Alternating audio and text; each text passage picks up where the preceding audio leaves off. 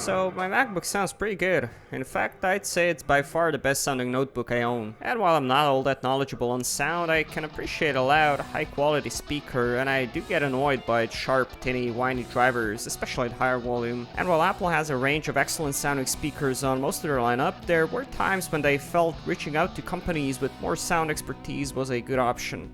And so it was in that context that the relationship between Apple and Harman Kardon started in the late 90s, mainly as a joint effort to improve the sound of their flagship product, the iMac. There were a slew of products forming the so-called iMac ecosystem with things like external floppy drives, storage, printers, and so on, all matching the iMac's aesthetics, which really was something else for the time with its translucent plastics, especially when compared to beige boxes. Now, the iMac had built-in speakers, which were indeed done in collaboration with Harman Kardon, and they were presented as a marketing point. However, in the spirit of releasing translucent, groundbreaking, weird designs, in 1999, Apple's head of industrial design, John Ivey, collaborated with them on an external subwoofer which would give those smaller iMac drivers some additional oomph. Later on at 2000 Macworld Expo, they introduced Soundsticks, a pair of external speakers using similar drivers to those in the iMac that were sold alongside the so-called iSub as a package. That package would be slightly refined over the years, like changing the interface from USB to regular 3.5mm and eventually Bluetooth,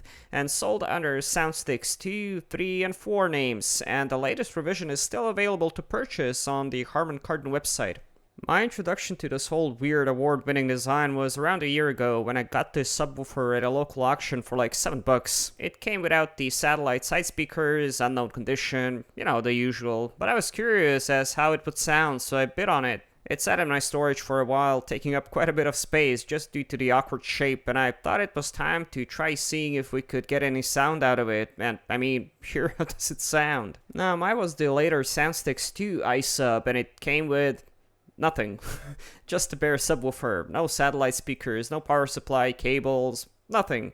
But hey, $7.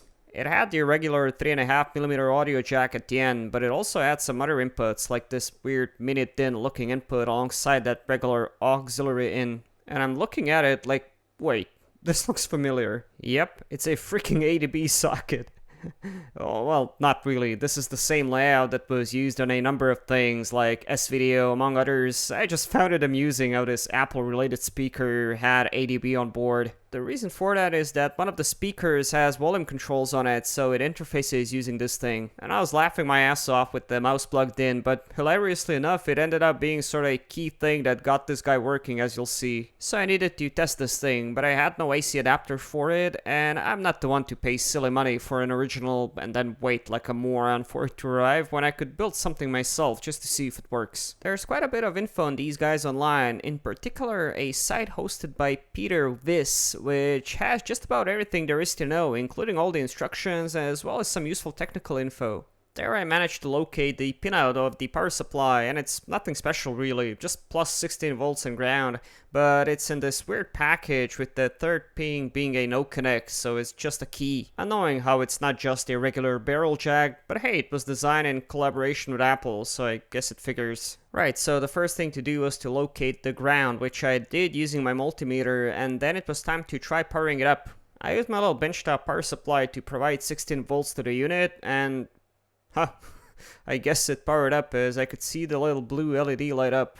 I could also see it was drawing some power, like a couple of watts, so I wasn't sure if that was just some trickle voltage that the thing was drawing even when it was off or what. I was looking for a power switch, and after locating the manual for it, I learned that the volume knob was also a power button and should be pushed in. I tried doing that, but there was no click, no give whatsoever. Well, I still tried plugging the thing in my computer and piping some audio into it. Sadly, nothing came through, not even a crackle, complete silence, which made me think it perhaps wasn't switched on. I tried working that potentiometer loose in case it was seized or something, but no result. Well, since I already had that handy site to guide me, I decided to take it apart to do some more troubleshooting, in particular to see if the unit was powering on or what. There are some plastic plugs you can pull out, which gives you access to some long screws, after which you can pull the two halves apart. In there you can see that round heatsink covering the circuit board. There are some cables to remove, mainly that audio in cable, which had some zip ties I had to cut, and also the cable going to that audio splitter interface. Once those were out, I could remove the entire board and start unscrewing the heatsink from it. And, well, once I did, I could see some weird stains on this thing, like there maybe was some liquid damage on it. It wouldn't surprise me, as it definitely seemed something had pulled down in the bottom of this thing. It had some brown schmoo in there. I was afraid this was causing our lack of sound, but before rushing to any conclusions, I wanted to give the board a nice clean, which unfortunately didn't result in the sound coming through, but at least there wasn't any more residue on it. I started by doing some basic tests first. I poked around with my meter and essentially found all the normal power rails you'd expect. 12 volts, 6 volts, there was also some voltage present on the woofer itself, and that main IC there, the one covered in thermal paste, yeah, it was getting warm. So does that mean that it's on? If so, why is the sound not coming through? Next I tackled that pod, and I mean it had no give whatsoever, like it didn't feel like a push power switch at all, but I tested it anyways and found it was working how it should. By that I mean the resistance was going up and down from 0 to around 20k ohms. I inspected the board in great detail, trying to find a burnt component perhaps, or something that would prevent it from working, and the only slightly concerning thing I managed to find was a slightly bulged capacitor. Now they always tell you to change the caps on amplifiers, and yeah, sure. But I wouldn't expect a cap to completely stop the entire amp from working, even if it was blown. But I was kind of running out of ideas, so since these were fairly standard values, I decided to change out these 1000 microfarad ones, in particular the ones close to the power input. They weren't all that hard to desolder and get out, and I replaced them with some new ones. After I had them all soldered in, I powered on the iSub again, but sadly no change. I was suspicious of that potentiometer, and I was kinda curious if it was perhaps broken or not turning on or what, so I desoldered it as well and took it apart. It had a couple of tabs holding the inner works together, and once I split it, yeah, I could see it was just a regular potentiometer, no springs or switching mechanisms at all. So the manual actually wasn't correct. This particular European model is supposed to turn on when plugged in, which I indeed confirmed in another manual I found. That being the case, I sprayed my pot with some contact cleaner, reassembled it, and soldered it back in place. I also checked the continuity on that audio in cable, and yeah, it was all good, no breaks. I also took the sub itself out and tested the continuity between the terminals. No issues whatsoever. At this point, yeah, I guess there was just something majorly wrong with the board itself, maybe something caused by a spill, I don't know. But as I was sitting there playing around with it, trying to get it to work, I plugged in that freaking ADB mouse I had sitting on the bench, just for kicks, and as I was unplugging it, I could hear the sub actually coming on for a brief period of time.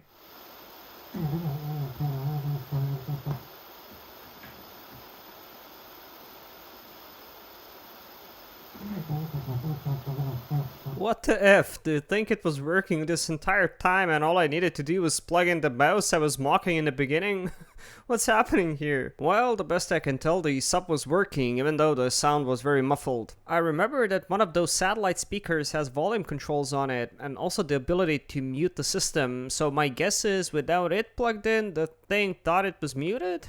I don't know, it seems stupid not to have the ability to run this sub without those speakers, but perhaps there's just something wrong with my unit, I don't really know. I started looking into how to get the sound to reliably play from the sub, and just by trial and error I found that using a capacitor to short one of the 2 pins on that connector made the thing play just fine. Now, having a sub on its own isn't all that useful since it only deals with very low frequencies, so I hooked up an old pair of just regular PC speakers I have lying around, and yep, sure enough, that other input works just fine, and I was able to play the sound from both of them and the woofer. But there's no real point in doing that, since you can also configure a MacBook to output to multiple sources in the MIDI interface thing, and I told it to output the sound to both internal speakers and the woofer, and it worked beautifully.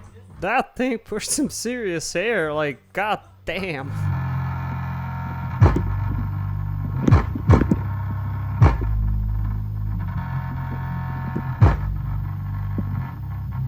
I have it here dangling outside the shell, so it's rattling all over, and I've also overcranked it. But man, my entire table was shaking. So I finally had sound, which made me very happy, and it meant I could go ahead and reassemble this guy. But before that, we have to get this all cleaned up, because it's just disgusting. I could clean this by hand by just wiping it, but given the weird shape of it, I thought I could do a better job by just washing the parts in the dishwasher. I've put it on the shortest cycle just not to shock the plastics thermally too much, and they came out looking great, although I did feel kinda stupid since I didn't realize you could unscrew this portion of it.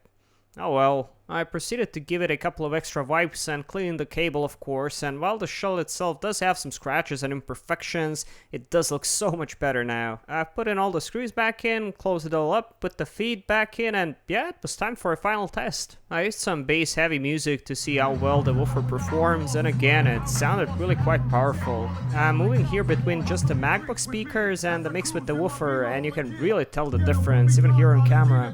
I can't really play this music since it's copyrighted, so I'm talking over it, but I found some supposedly non-copyrighted music we can listen to.